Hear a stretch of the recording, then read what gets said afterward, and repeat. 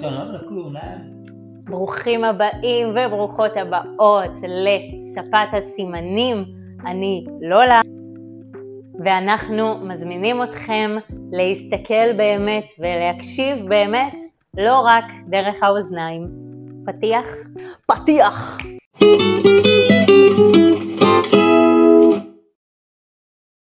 עכשיו אנחנו נמצאים בחודש הגאווה, חודש של מסיבות, חגיגות, מצעד צבעוני.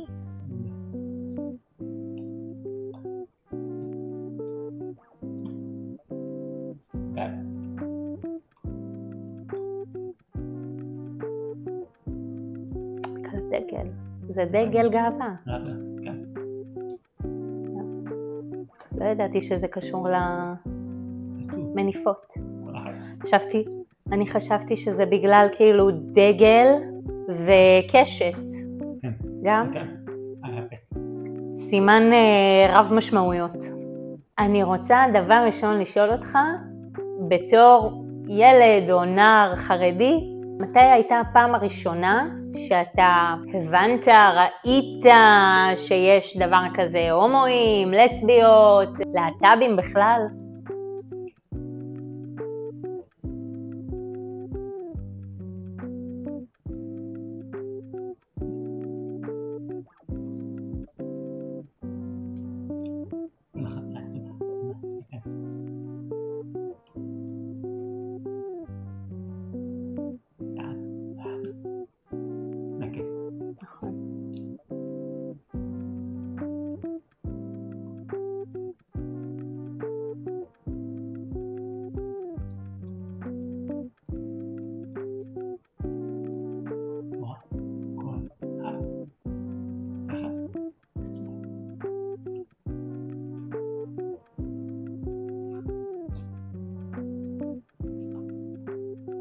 בפעם הראשונה שאמרו לך דבר כזה?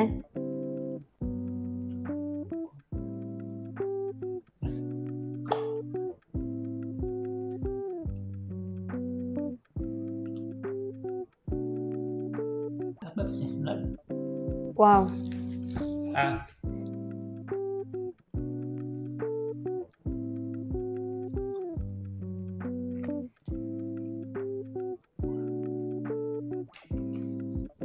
מה ראית?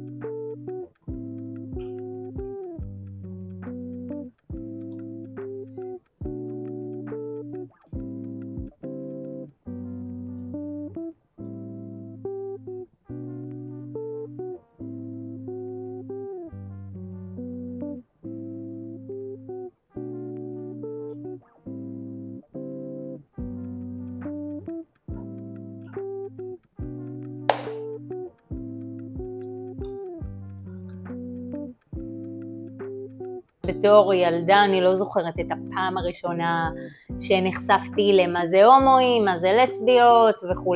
הייתי הולכת למצעד כל שנה מגיל 15, 16, משהו כזה. אז הייתה לי חברה מאוד טובה, היא כבר יצאה מהארון הלסבי, והאמת שזה היה הרעיון שלי. אני אפילו לא יודעת מה הייתה המחשבה הראשונה, אבל כאילו זה היה נראה לי טבעי וסבבה. אני תמיד הייתי בראש מאוד פתוח, והסתכלתי על זה בתור כאילו סיבה למסיבה. עם השנים יצא שחברים מהמעגל הקרוב שלי גם יצאו מהארון, אבל זה לא היה הבסיס לחברות בינינו. היו גם כאלה שיצאו מהארון בשנות ה-20 שלהם, אז כבר בשלב הזה החברות הייתה מאוד עמוקה ומאוד קרובה. במחשבה שלי אני תמיד ראיתי את עצמי חלק, ותמיד הרגשתי שזה קצת יותר מכל שנה ללכת למצעד, אלא שזה באמת משהו שהופך להיות חשוב לי. גם לתמוך, אני חושבת שזה גם מקום שאני מרגישה בו מאוד חופשייה. אם שואלים אותי איך אני מגדירה את עצמי, אני לא מגדירה. אין לי איזו הגדרה חד משמעית. אני מזדהה כאישה, יש לי בן זוג גבר, וזה מה שמשנה בשבילי. יש סרט ישראלי שקוראים לו הלהקה, שהיה שם מישהו שהם שיחקו אמת או חובה, ושאלו אותו אם היו לו מערכות יחסים עם גברים. הוא אמר משפט שלדעתי הוא מאוד יפה, והוא באמת כזה נשאר לי בראש.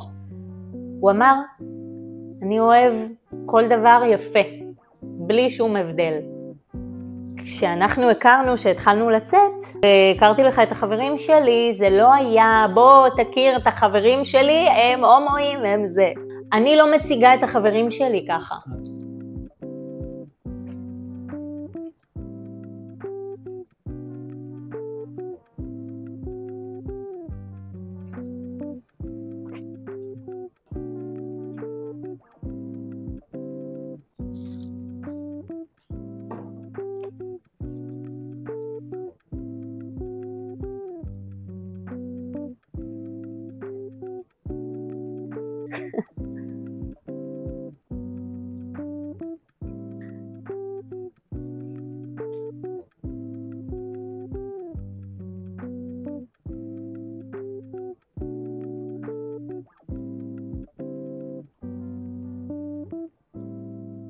זה בן אדם שאוהב בן אדם.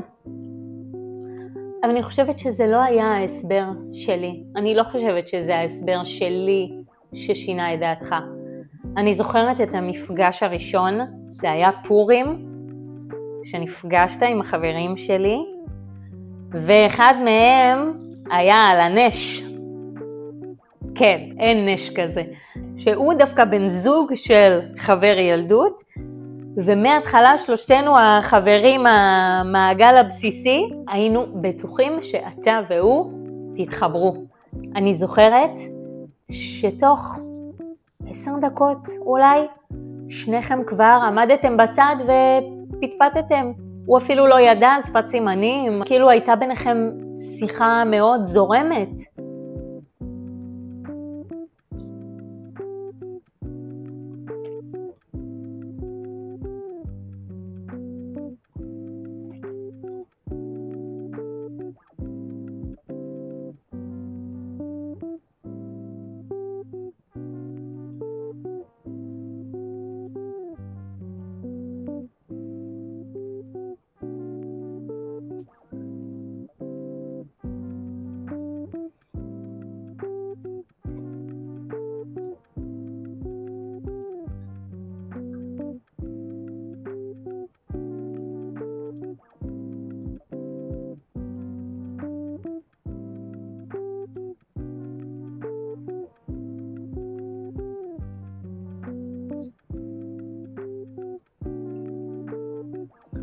הוא היה פעם אחד מהם, הוא היה פעם עם נשים. אנשים, במיוחד היום בתקופה שלנו, שיש דור חדש, עם מחשבה קצת יותר פתוחה, פחות מגבילים את עצמם, ויותר מרשים לעצמם לנסות, לחוות, שזה דבר מבורך לדעתי. עכשיו גם יש את דניאל עמית, חשפה שהיא בזוגיות עם אמילי דמארי. זה אומר שהיא לסבית. אני באה למצעד, זה אומר שאני לסבית, אני ביסקסואלית, אני סטרייטית. אתה לא יכול לדעת מה כל אחד. ואולי ככה עדיף, אולי ככה בסדר.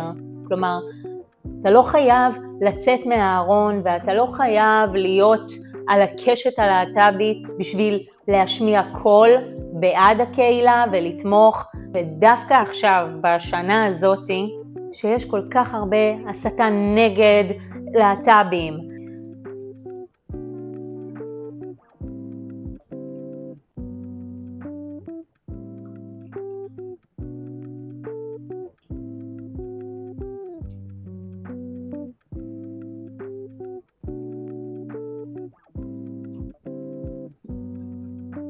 אתה מרגיש שאם לא היית מכיר ספציפית את החברים שלי, היית נשאר הומופוב?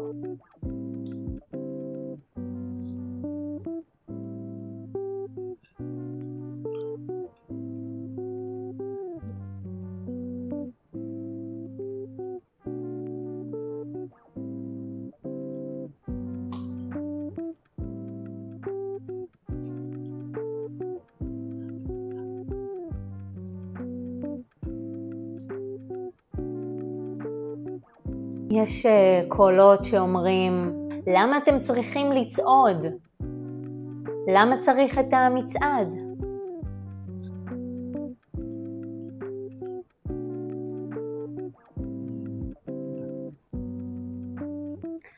זה גם סוג של מחאה. יש מודעות, אין שוויון. נכון. וחרשים להט"בים עוד יותר.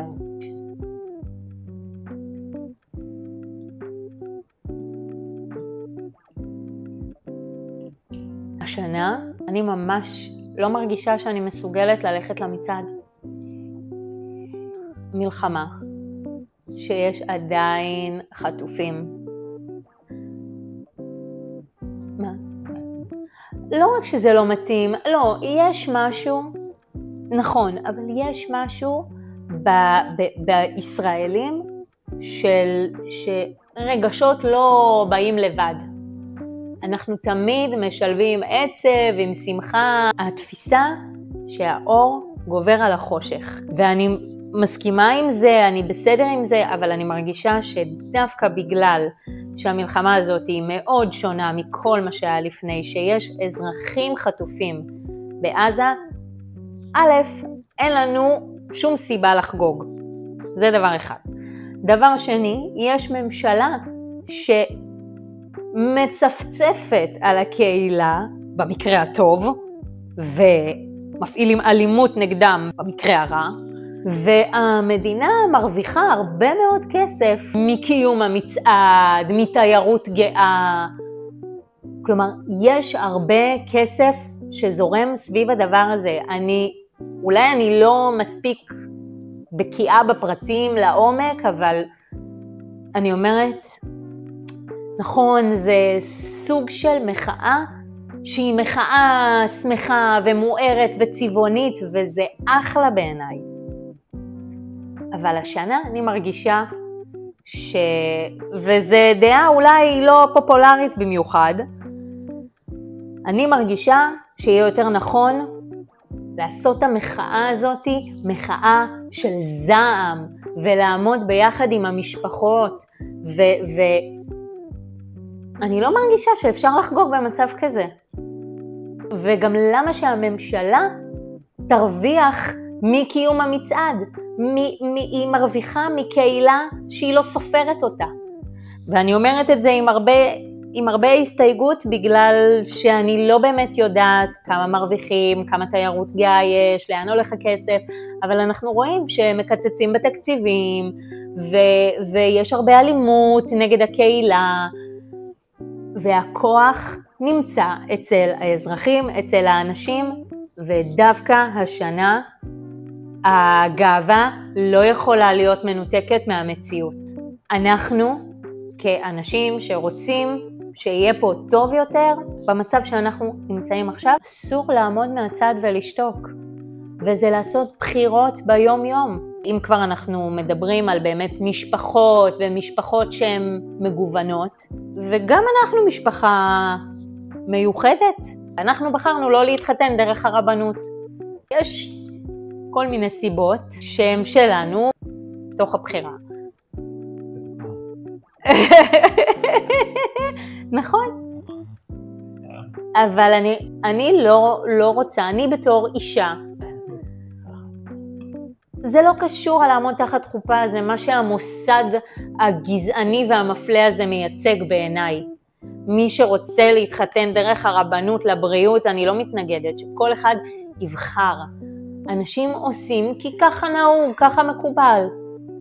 כלומר, אם כל אחד באמת יחשוב לעומק על הבחירה שלו ויעשה בחירה ולא רק כדי לרצות את הסביבה, זה כבר יהיה משהו אחר. זה אחריות שלנו.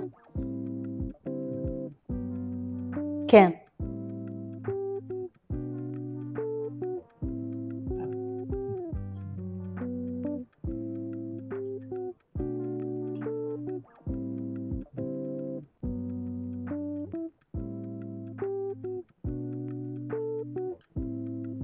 כן, אתה צודק. מה אתה מקווה שאנשים ייקחו מהפרק הזה?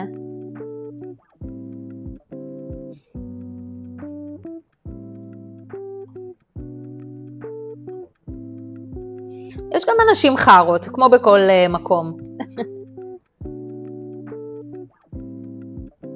לא, אני מנסה מה שאני אומרת, כאילו אני מנסה להסביר שצריך להסתכל על בן אדם בתור בן אדם, ולשפוט אותו לפי האדם שהוא.